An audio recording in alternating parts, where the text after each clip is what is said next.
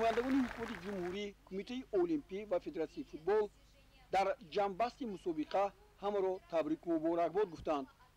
در جنبسط موسمی سال 2006 فوتبالبازان دسته رگری تداز در 18 واخوری غلبه کرده یک بازی را مساوی انجام داده در 3 واخوری به مغلوبیت دچار شده با کسب 55 امتیاز عنوان چمپیونی تاجیکستان را به دست آوردند.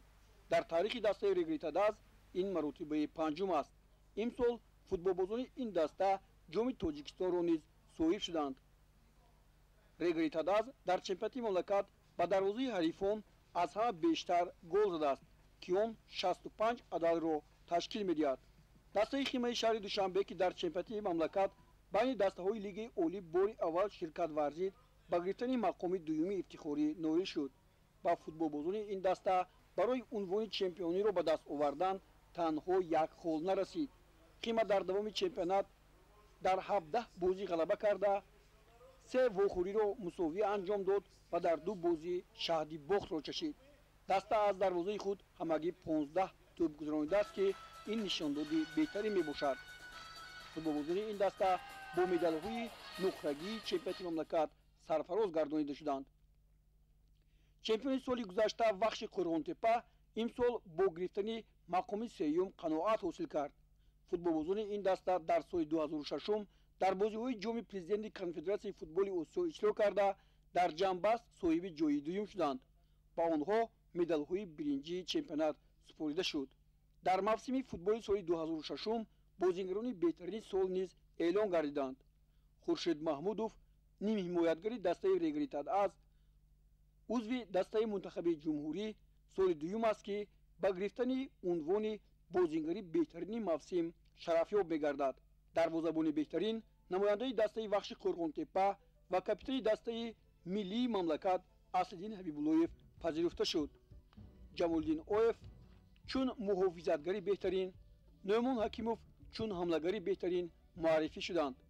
در موسم سال 2006 با فوتبالباز دسته تاجیک تلکام فاضل ستارов موفق شد که با دروازه حریفان 20 توپ زده نشانزن بهترین چمپیونات گردد. همه برندگان عنوان‌ها از جانب فدراسیون فوتبال و سرپرستان با افتخارنامه و تحفه‌ها قدردانی شدند. در این ردیف رهبران فدراسیون فوتبال تاجیکستان بهترین مربیان را نیز معین کردند. پولاد قادیروف سرمربی دسته منتخب نورسان، شریف نظروف سرمربی دسته منتخب جمهوری و خیمه شهر دوشنبه و محمد جان حبیب‌اللهیف سرمربی نوی دسته منتخب تاجیکستان و رگری تداز از بهترین ها بودند. سال آینده در قطار دسته‌های لیگ عالی غالب چمپیونات مملکت بین دسته‌های لیگ یکم انرژتیک، گواردیا و اپریلوفکای قیروقون نیز شرکت خواهند نمود. با فوتبالبازان این دسته‌ها هم مدال و جام‌های فدراسیون فوتبال سپرده شدند. این فوتبال همچنین تحفه‌های خود را برای سابقه‌داران فوتبال تاجیک تقدیم کرد. آنها در پیشرفت و رواج فوتبال در جمهوری همان سهم خود را می‌گذارند. در جریان مراسم جمع‌بستی بهترین بازیگران و مربیان از فوتزال و دسته‌های فوتبال کودکان نورسان نیز اعلان شدند. جمع‌بستی موسمی فوتبال با آموزش هنرنمایی صنعتکاران و هوسکاران شکوه شهامتی بیشتری پیدا کرد. هنرنمایی فوتبالبازان نورس تاجیکستان در بازی‌های جام آسیا و روخت گرفتن آنها به بازی‌های فینالی جام جهان که از 205 دولت عالم همگی 32 دسته این حقوق را پیدا کرده است و جمع آمد حسن خاتمه بخشید. گل‌های زده آنها با هنرنماییشان تا دیر از خاطر مخلصان فراموش نخواهد شد.